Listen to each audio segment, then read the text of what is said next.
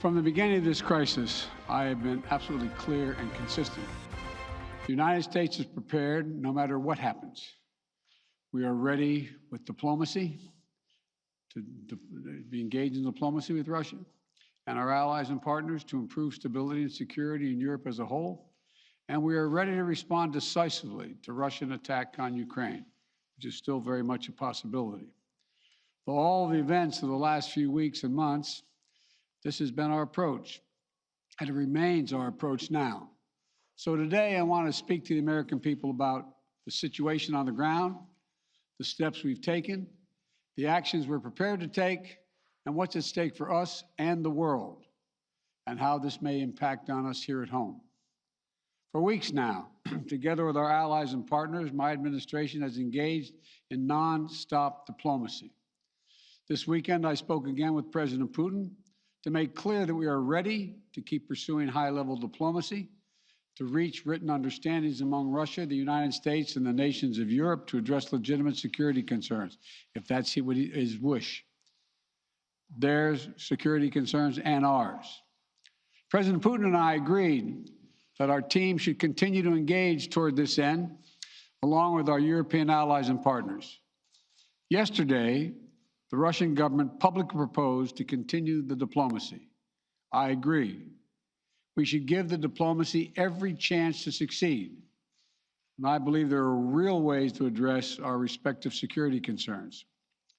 The United States has put on the table concrete ideas to establish a security environment in Europe.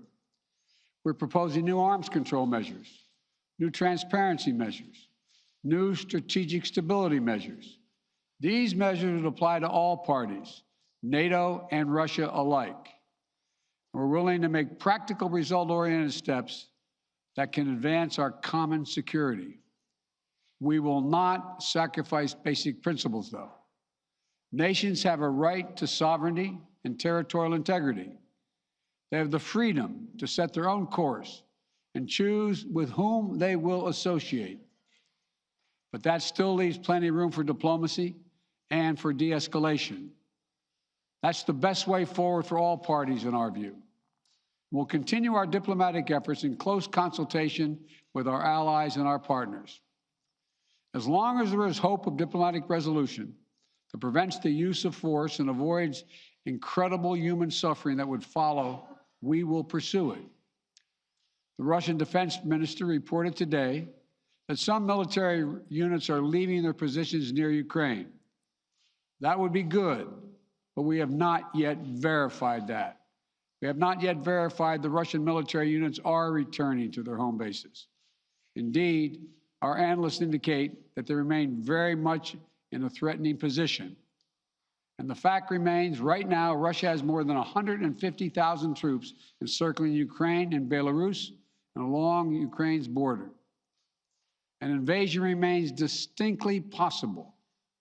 That's why I've asked several times that all Americans in Ukraine leave now before it's too late to leave safely. It is why we have temporarily relocated our embassy from Kyiv to Lviv in western Ukraine, approaching the Polish border. And we've been transparent with the American people and with the world about Russia's plans and the seriousness of the situation so that everyone can see for themselves what is happening. We've shared what we know and what we're doing about it. Let me be equally clear about what we are not doing. The United States and NATO are not a threat to Russia. Ukraine is not threatening Russia. Neither the U.S. nor NATO have missiles in Ukraine. We do not have plans to put them there as well. We're not targeting the people of Russia. We do not seek to destabilize Russia. To the citizens of Russia, you are not our enemy. And I do not believe you want a bloody, destructive war against Ukraine, a country and a people with whom you share such deep ties of family, history, and culture. 77 years ago, our people fought and sacrificed side by side to end the worst war in history. World War II was a war of necessity. But if Russia attacks Ukraine, it would be a war of choice or a war without cause or reason. I say these things not to provoke, but to speak the truth, because the truth matters. Accountability matters. If Russia does invade in the days and weeks ahead, the human cost for Ukraine will be immense. And the strategic cost for Russia will also be immense. If Russia attacks Ukraine, it will be met with overwhelming international condemnation.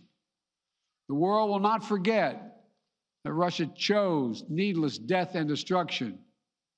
Invading Ukraine will prove to be a self-inflicted wound. The United States and our allies and partners will respond decisively. The West is united and galvanized. Today, our NATO allies and the alliance is as unified and determined as it has ever been. And the source of our unbreakable strength continues to be the power, resilience, and universal appeal of our shared democratic values. Because this is about more than just Russia and Ukraine.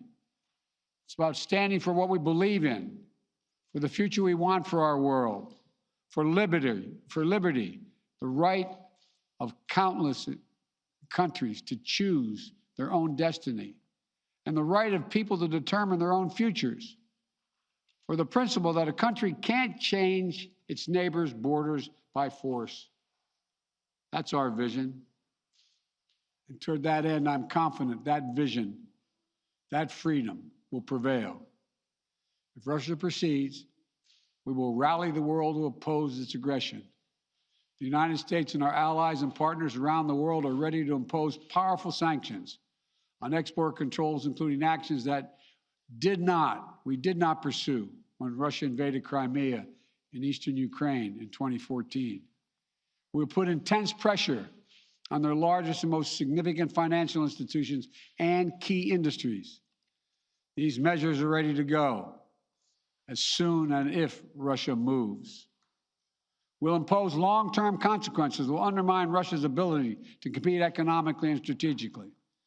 And when it comes to Nord Stream 2, the pipeline that would bring natural gas from Russia to Germany, if Russia further invades Ukraine, it will not happen. While I will not send American servicemen to fight in Ukraine, we have supplied the Ukrainian military with equipment to help them defend themselves. We provided training and advice and intelligence for the same purpose. And make no mistake, the United States will defend every inch of NATO territory with the full force of American power. An attack against one NATO country is an attack against all of us. The United States' commitment to Article 5 is sacrosanct. Already, in response to Russia's buildup of troops, I've sent additional U.S. forces to bolster NATO's eastern flank. Several of our allies have also announced they'll add forces and capabilities to ensure deterrence and defense along NATO's eastern flank.